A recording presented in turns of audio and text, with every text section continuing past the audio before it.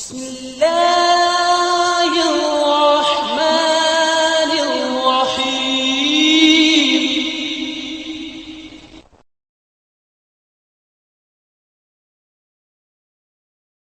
سورۃ الحج، رکوع نمبر 5۔ وَلِكُلِّ أُمَّةٍ جَعَلْنَا مَنسَكًا لِيَذْكُرُوا اسْمَ اللَّهِ عَلَى مَا رَزَقَهُم مِّن بَهِيمَةِ الْأَنْعَامِ فَإِلَٰهُكُمْ إِلَٰهٌ وَاحِدٌ فَلَهُ أَسْلِمُوا وَبَشِّرِ الْمُخْبِتِينَ الذين إذا ذكر الله وجلت قلوبهم والصابرين على ما أصابهم والمقيم الصلاة ومما رزقناهم ينفقون والبدن جعلناها لكم من شعائر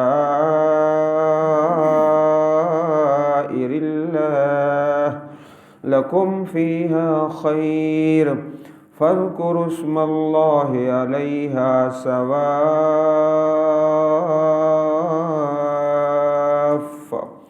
فإذا وجبت جنوبها فكلوا منها وأطعموا القانع والمؤتر كذلك سخرناها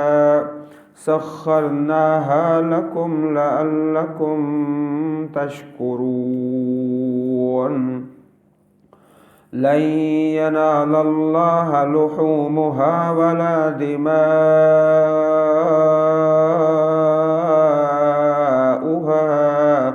ولكن يناله التقوى منكم كذلك سخرها لكم لتكبروا الله على ما هداكم وبشر المحسنين إن الله يدافع عن الذين آمنوا إن الله لا يحب كل خوان کفور۔ ہر امت میں قربانی موجود رہی ہے۔ سابقہ تمام امتوں میں قربانی، حتیٰ کہ یہ جو ہندو قسم کے لوگ ہیں ان کی کتابوں میں بھی قربانی کا تصور موجود ہے۔ وَلِكُلِّ أُمَّةٍ، اور ہر امت کے لیے، جعلنا، ہم نے بنایا، منسکا، قربانی۔ منسک ایسا لفظ ہے جس کے 3 ترجمے ہو سکتے ہیں۔ نمبر 1 عبادت، نمبر 2 عبادت کی جگہ، اور نمبر 3 قربانی۔ یہاں پر اس کا معنی ہے قربانی، اسی سے لفظ نکلا ہے مناسک الحج وَأَرِنَا مَنَاسِكَنَا حج۔ جعلنا، ہم نے بنایا، منسکا، قربانی، لِيَذْكُرُوا اسْمَ اللَّهِ، تاکہ وہ ذکر کریں اللہ کا نام، عَلَى مَا رَزَقَهُمْ، جو اللہ نے ان کو دیا، مِن بہیمۃ الانعام، مویشی چوپائے، پالتو چوپاؤں پر، فَإِلَٰهُكُمْ إِلَٰهٌ وَاحِدٌ، تمہارا معبود ایک ہی معبود ہے، فَلَهُ أَسْلِمُوا، تو اسی کے فرما بردار ہو جاؤ، وَبَشِّرِ الْمُخْبِتِينَ، اور بشارت سناؤ عاجزی کرنے والوں کو، المخبتین، عاجزی کرنے والے۔ حدیث پاک میں ہے، صحیح بخاری شریف میں، حضرت انس رضی اللہ تعالیٰ عنہ راوی ہیں، ضحى النبی صلی اللہ علیہ وسلم بکبشین املحین فرأیتہ واضعا قدمہ علی صفاحہما ویسمی ویکبر فَذَبَحَهُمَا بِيَدِهِ، رسول اکرم صلی اللہ علیہ وسلم نے سینگوں والے 2 چیت کبرے مینڈے قربانی کیے۔ میں نے آپ کو دیکھا کہ آپ علیہ الصلوۃ والسلام نے ان کے پہلوؤں پر اپنا پاؤں رکھا اور یہ دعا پڑھی، بسم اللہ واللہ اکبر، دعا پڑھ کے ذبح کیا۔ تو اصل جو قربانی کا مقصد ہے وہ اس آیت کریمہ میں بیان ہوا ہے، وہ ہے توحید باری تعالی، فَإِلَٰهُكُمْ إِلَٰهٌ وَاحِدٌ، تمہارا معبود ایک ہی معبود ہے۔ قربانی کا مقصد عقیدے کی اصلاح ہے۔ اب بہت سے لوگ ہیں جو قربانی کر رہے ہیں اور نیت ایسی کرتے ہیں جو اس آیت کریمہ کے بالکل ہی برعکس ہوتی ہے۔ نیت کر لی قربانی کی کسی بدعت کے نام پر، فلاں کے نام پر، اللہ سبحانہ و تعالیٰ کے نام کے علاوہ کسی کے نام کی نیت کر لی قربانی پر، تو جو قربانی کا اصل مشن ہے وہی فوت ہو جاتا ہے۔ وَبَشِّرِ الْمُخْبِتِينَ، اور بشارت سناؤ عاجزی کرنے والوں کو، عاجزی۔ آگے پھر ان کی صفتوں کا تذکرہ ہے، الَّذِينَ إِذَا ذُكِرَ اللَّهُ وَجِلَتْ قُلُوبُهُمْ، وہ لوگ جب اللہ کا ذکر کیا جائے تو ان کے دل ڈرتے ہیں، وجلت ڈر جاتے ہیں ان کے دل۔ یہ عاجزی اور انکساری کرنے والوں کے دلوں کا بیان ہے، جس طرح سورہ زمر کے اندر ہے، وَإِذَا ذُكِرَ اللَّهُ وَحْدَهُ، جب ایک اللہ کا ذکر کیا جائے، اشمئزت قلوب الذین لا یؤمنون بالآخرہ، تو ان لوگوں کے دل تنگ پڑ جاتے ہیں جو آخرت پر ایمان ہی نہیں رکھتے۔ توحید کا ذکر کیا جائے تو دل میں تنگی محسوس کرتے ہیں۔ وَإِذَا ذُكِرَ الَّذِينَ مِن دُونِهِ، جب اللہ کے علاوہ دوسروں کا ذکر کیا جائے، فلاں حضرت ہے، فلاں کی یہ فضیلت ہے، فلاں کی یہ کرامت ہے، اذا ہم یستبشرون، اس وقت بڑے خوش ہوتے ہیں، چہروں پہ رونقیں آ جاتی ہیں۔ اور جب اللہ تعالیٰ کی توحید کا ذکر کیا جائے تو اشمئزت، پھر تنگ پڑتے ہیں، دلوں میں تنگی محسوس کرتے ہیں۔ سورہ زمر آیت نمبر 45۔ اسی طرح سورہ لقمان میں بھی ایسے لوگوں کے دل کا تذکرہ ہے جو موسیقی کے عادی ہوتے ہیں، ان پر جب اللہ کا کلام پڑھا جائے، وَإِذَا تُتْلَى عَلَيْهِ آيَاتُنَا وَلَّى مُسْتَكْبِرًا، جب ہماری آیتیں پڑھی جائیں تو پھر تکبر کرتا ہوا منہ موڑ جاتا ہے، چلا جاتا ہے۔ كَأَن لَّمْ يَسْمَعْهَا، ایسے ہے جیسے اس نے سنا ہی نہیں۔ كَأَنَّ فِي أُذُنَيْهِ وَقْرًا، گویا کہ اس کے کانوں میں بوجھ ہے۔ فَبَشِّرْهُ بِعَذَابٍ أَلِيمٍ، تو اس کو بشارت سنا دو دردناک عذاب کی۔ تو دل بھی ایسا ہو جو اللہ کو پسند ہے۔ اسی طرح حدیث پاک میں ہے کہ اللہ کے نبی یہ دعا کیا کرتے تھے، یا مقلب القلوب ثبت قلبی علی دینک، اے دلوں کو پھیرنے والے اللہ، میرے دل کو اپنے دین پہ قائم فرما دے۔ الذین اذا ذکر اللہ وجلت قلوبہم، جب ذکر کیا جائے اللہ کا ان کے دل ڈرتے ہیں۔ یہ صفتیں ہیں کن کی؟ قربانی کرنے والوں کی، عاجزی والوں کی۔ والصابرین علی ما اصابہم، اور صبر کرنے والے اس پر جو مصیبت آئے۔ عزیز بھائیو، کسی بھی مصیبت پر صبر کرنا یہ ایمان والوں کا شیوا ہے، اور وہ دعا پڑھتے ہیں، انا للہ و انا الیہ راجعون۔ کوئی مشکل آئے یہ دعا پڑھتے ہیں، اللہ پاک آسانیاں کر دیتے ہیں، ہر مشکل آسان ہو جاتی ہے۔ ہر حال میں صبر کریں، لیکن آپ اگر توجہ فرمائیں تو یہ صورت ہے حج۔ حج میں زیادہ صبر کی ضرورت ہے۔ وَالصَّابِرِينَ عَلَىٰ مَا أَصَابَهُمْ، زیادہ اس لیے کہ حج میں بعض اوقات ایسا ساتھی ساتھ مل جاتا ہے جس کے مزاج میں بڑی شدت ہوتی ہے، طبیعت کی تلخی۔ اب اس کی تلخی پر صبر کرنا یہ حج کا حصہ ہے۔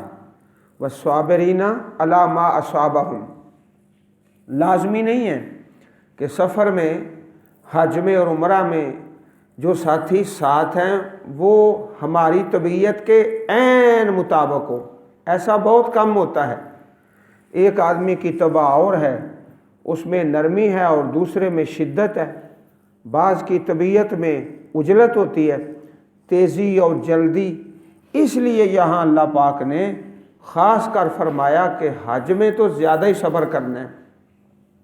ذرا سی تکلیف آ گئی تھوڑی سی تو گلہ شروع کر دیا حرم کا اور اہل حرم کا کہ انتظامیہ میں یہ خرابی ہے، کھانے میں ہمیں یہ پرابلم آئی ہے، اور کمرے میں ہمیں یہ دقت ہے، اور جلدی جلدی فون کر دیا اس آدمی کو جس نے عمرہ پر یا حج پر بھیجا ہے، وہ ایجنٹ ہے۔ ہمیں چابی نہیں مل رہی کمرے کی، 15-20 منٹ ہو گئے ہیں، پانی ادھر بہت خراب ہے، روٹی اس سے بدتر ہے۔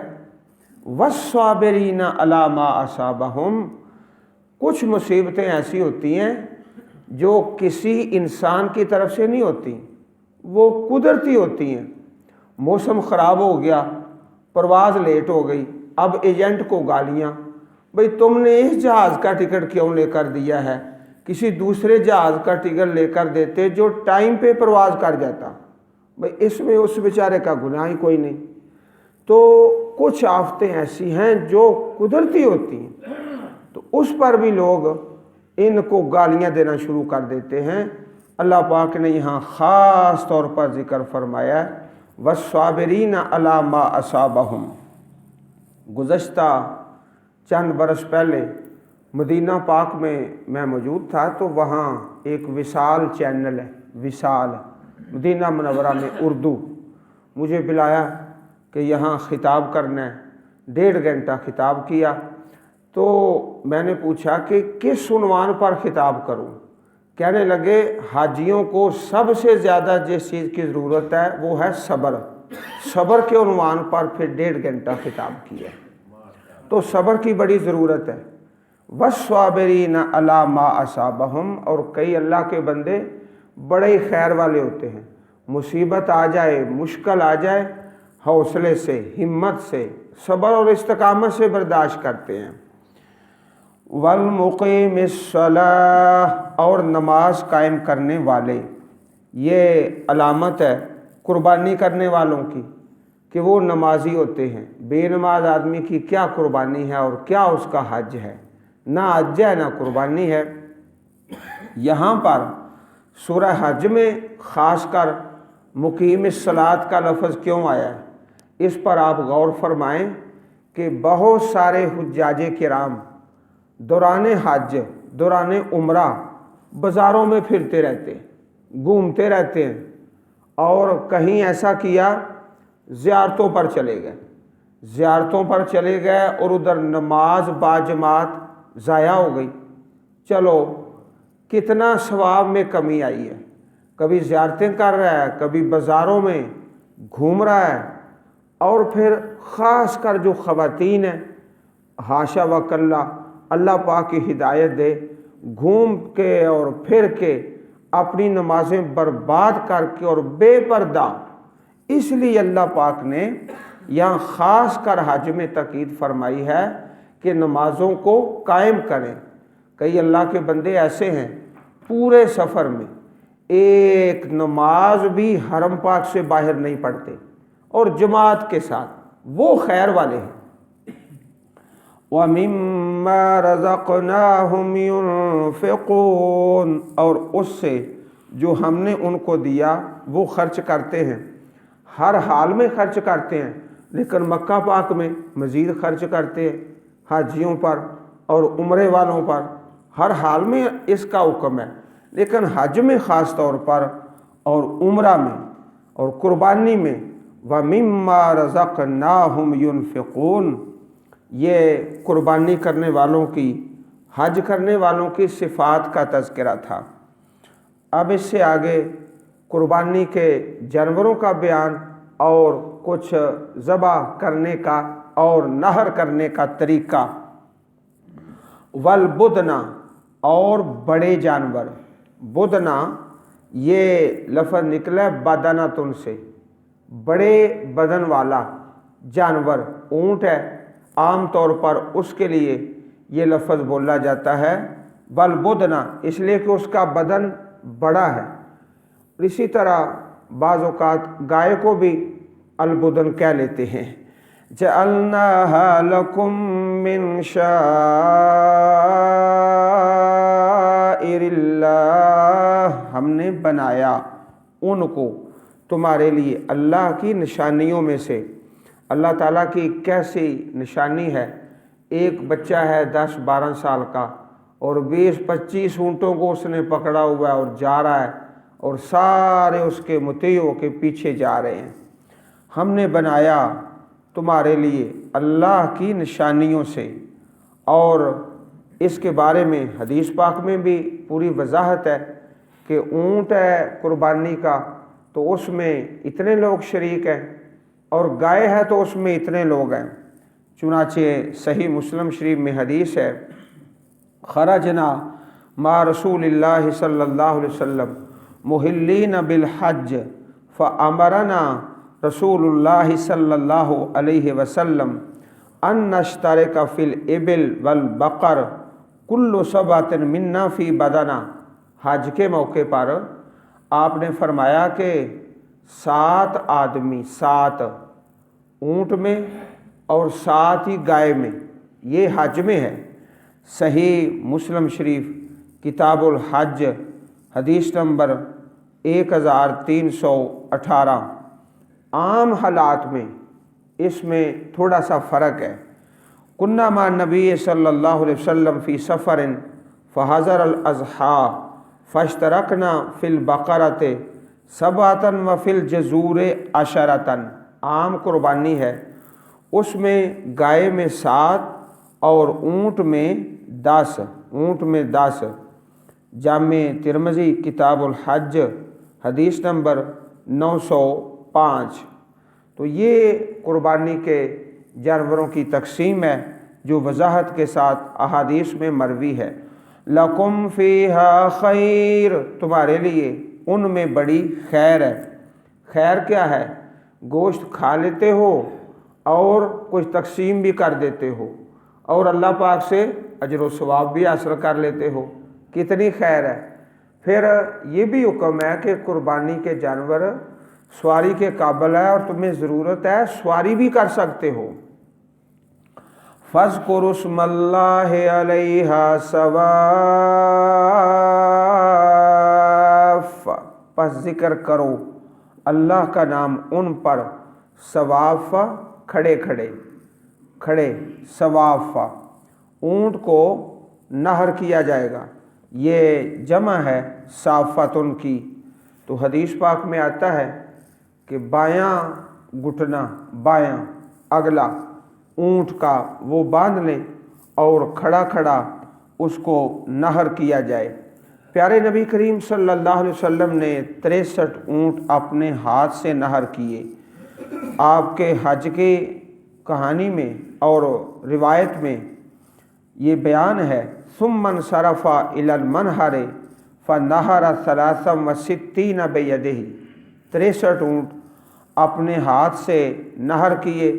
ثم آتا علی فنہر ما غبر، باقی حضرت علی رضی اللہ تعالی عنہ نے نہر کیے۔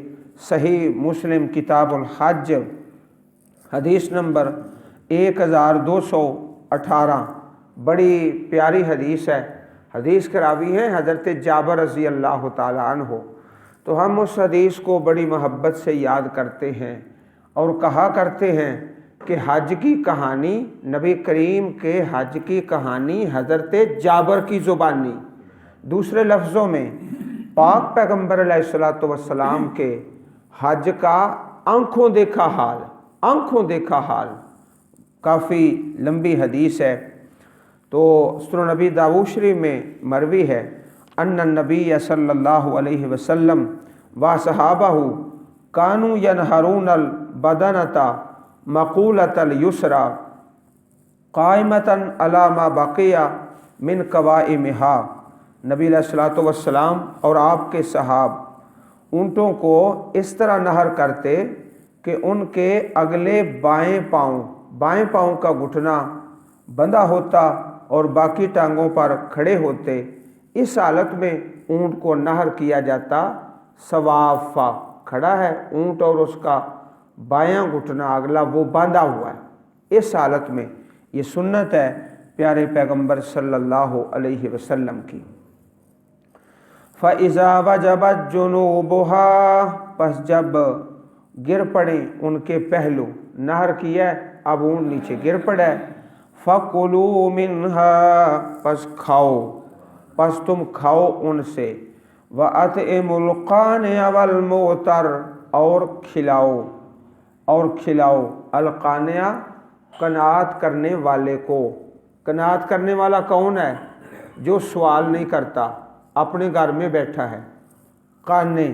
اور دوسرا والمعتر، اور سوال کرنے والا، مانگنے والا۔ القانع سوال نہیں کرتا، قناعت کرتا ہے، اور معتر مانگنے والا، سوال کرنے والا۔ کذالک سخرناها، اسی طرح ہم نے مسخر کیا ان کو، لکم لعلکم تشکرون، تمہارے لیے تاکہ تم شکر کرو۔ حدیث پاک میں ہے صحیح مسلم شریف میں، ان اللہ کتب الاحسان علی کل شیء، اللہ تعالیٰ نے ہر چیز پر احسان کرنا فرض قرار دیا ہے۔ فَإِذَا قَتَلْتُمْ فَأَحْسِنُوا الْقِتْلَ وَإِذَا ذَبَحْتُمْ فَأَحْسِنُوا الذِّبْحَ، جب تم قتل کرو تو اچھے طریقے سے قتل کرو، ذبح کرو تو اچھے طریقے سے ذبح کرو۔ وَلْيُحِدَّ أَحَدُكُمْ شَفْرَتَهُ فَلْيُرِحْ ذَبِیحَتَهُ، اپنی چھری تیز کر لو اور اپنے ذبیحہ کو آرام پہنچاؤ، جتنا ممکن ہے اس کی تکلیف میں کمی کرنے کی کوشش کرو۔ صحیح مسلم شریف حدیث نمبر 1955۔ لعلکم تشکرون، تاکہ تم شکر کرو اللہ پاک کا۔ اب وہ آیت کریمہ آ گئی جو قربانی کا اصل مقصد ہے۔ لن ینال اللہ لحومها ولا دماؤها،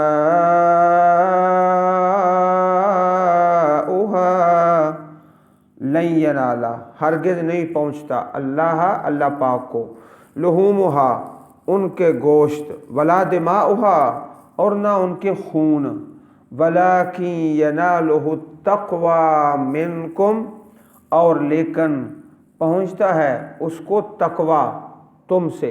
اللہ پاک کیا دیکھتے ہیں؟ تقوی۔ چنانچہ حدیث پاک ہے صحیح مسلم شریف میں، ان اللہ لا ينظر الی صورکم، اللہ پاک تمہاری تصویریں نہیں دیکھتا، کس کا رنگ کالا ہے اور کس کا رنگ گورا ہے۔ ولا الی اموالکم، اللہ پاک تمہارے مال نہیں دیکھتا، کس کے پاس زیادہ ہے کس کے پاس تھوڑا ہے۔ وَلَٰكِن يَنظُرُ إِلَىٰ قُلُوبِكُمْ وَأَعْمَالِكُمْ، اللہ دیکھتے ہیں تمہارے عملوں کو اور تمہارے دلوں کو۔ دو چیزیں، دل کیسا ہے اور عمل کیسا ہے۔ صحیح مسلم کتاب البر والصلہ حدیث نمبر 2564۔ عزیز بھائیوں، بعض اوقات ایسا ہوتا ہے ایک انسان نیکی کرتا ہے اجر کوئی نہیں ملتا، اور کبھی ایسا ہوتا ہے نیکی کرتا کوئی نہیں اجر مل جاتا ہے۔ اگر ایک انسان نیت خالص ہے، پیارے رسول علیہ الصلوۃ والسلام غزوہ تبوک پر تشریف لے گئے، بڑا لمبا سفر تھا، 15 دن میں سفر طے کیا تھا جانے میں، 20 دن وہاں قیام کیا اور 15 واپسی کے، 50 دن کا سفر تھا، 50 دن کا۔ اور راستے میں کھانے اور پینے کی بڑی دشواری تھی، کھانا میسر نہیں تھا، پانی میسر نہیں تھا، سواریاں میسر نہیں تھی، بڑا مشکل سفر تھا۔ اس کا نام ہے دوسرا غزوہ تو ذات العسرہ، تنگی والا لشکر۔ تو پیارے نبی کریم علیہ الصلوۃ والسلام نے فرمایا جب صحابہ واپس پلٹے نا، ان بالمدینۃ اقواما، اے میرے صحابہ کچھ لوگ مدینہ منورہ میں ہیں، ہمارے ساتھ نہیں آئے، سفر میں غزوہ میں آئے نہیں، سفر نہیں کیا، غزوہ میں نہیں آئے، لیکن ان کی نیت خالص ہے، کوئی معذور ہے، کوئی مجبور ہے، کوئی بیمار ہے، کوئی بوڑھا ہے، نیت خالص ہے۔ ما سرتم مسیرا ولا قطعتم وادیا الا کانوا معکم، تم نے جہاں بھی قدم رکھا، جس وادی میں بھی، اجر و ثواب میں وہ تمہارے ساتھ برابر کے شریک ہے۔ اب سفر کیا نہیں، نیکی کی نہیں، اجر حاصل ہو گیا۔ اور بعض اوقات انسان نیکی کرتا ہے، قربانی کر رہا ہے، اور نیت ہے دکھلاوا، قربانی کی ہے، اجر کوئی نہیں۔ اور کچھ ایسے ہیں جن کے بارے میں حدیث پاک میں مروی ہے کہ نیت خالص ہے، اور عشرہ ذوالحج کے پہلے 10 دن ان کا صحیح معنوں میں احترام کرتا ہے، نیت خالص ہے، قربانی نہیں کرتا، اس کو قربانی کا ثواب حاصل ہو جاتا ہے۔ وَلَٰكِن يَنَالُهُ التَّقْوَىٰ مِنْكُمْ، اس کو پہنچتا ہے تقوی تمہاری طرف سے۔ كَذَٰلِكَ سَخَّرَهَا لَكُمْ، اسی طرح اس نے مسخر کیا ان جانوروں کو تمہارے لیے، لِتُكَبِّرُوا اللَّهَ عَلَىٰ مَا هَدَاكُمْ، تاکہ تم بڑائی بیان کرو اللہ کی۔ اللہ اکبر پڑھو۔ آپ جب سواری پر سوار ہوتے تو پہلے 3 مرتبہ اللہ اکبر، اللہ اکبر، اللہ اکبر۔ وَبَشِّرِ الْمُحْسِنِينَ، اور خوشخبری دے دو احسان کرنے والوں کو۔ ان اللہ یدافع عن الذین آمنوا، بے شک اللہ پاک دفاع کرتا ہے، دفاع کرتا ہے ان لوگوں کی طرف سے آمنو، جو ایمان لائے، اور ان کی طرف سے اللہ تعالیٰ دفاع کرتا ہے۔ مسلمانوں کی حالت اس طرح تھی، کمزوریاں اور بے بسیاں، لیکن اللہ پاک نے یہ آیت کریمہ نازل فرما کے تسلی کرا دی کہ انشاءاللہ تمہاری مدد ہوگی، لازمی ہوگی۔ ان اللہ لا يحب كل خوان کفور، بے شک اللہ پاک لا يحب، نہیں محبت کرتا، کل خوان، ہر خیانت کرنے والا، بڑا خائن۔ یہ خائن ہوتا ہے نا، ایک بڑا خائن، اس کو کہتے ہیں خوان، یہ مبالغہ کا صیغہ ہے۔ کفور بہت زیادہ ناشکرا، یہ بھی مبالغے کا صیغہ ہے۔ تو تھوڑی خیانت کرے، زیادہ کرے، تھوڑا کفر کرے، زیادہ کفر کرے، اللہ پاک کسی حالت میں بھی ایسے آدمی کو پسند نہیں فرماتا۔ اور پیارے نبی کریم علیہ الصلوۃ والسلام ایک حدیث پاک ہر خطبہ میں تلاوت فرماتے، ہر خطبہ میں، لا ایمان لمن لا امانت لہ، ہر خطبہ میں جس کی امانت ہی کوئی نہیں، اس کا ایمان ہی کوئی نہیں۔ یہ ہر خطبہ میں آپ پڑھتے تھے، لا ایمان لمن لا امانت لہ ولا دین لمن لا عہد لہ، جس کا وعدہ کوئی نہیں اس کا دین کوئی نہیں، جس کی امانت کوئی نہیں اس کا ایمان ہی کوئی نہیں۔ تو اللہ پاک خیانت کرنے والوں سے محبت نہیں فرماتے۔ اللہ احکم الحاکمین ہم سب کو قرآن کریم پڑھنے اور سمجھنے اور عمل کرنے کی توفیق عطا فرمائے۔ سبحان ربک رب العزت عما یصفون وسلام علی المرسلین والحمد للہ رب العالمین۔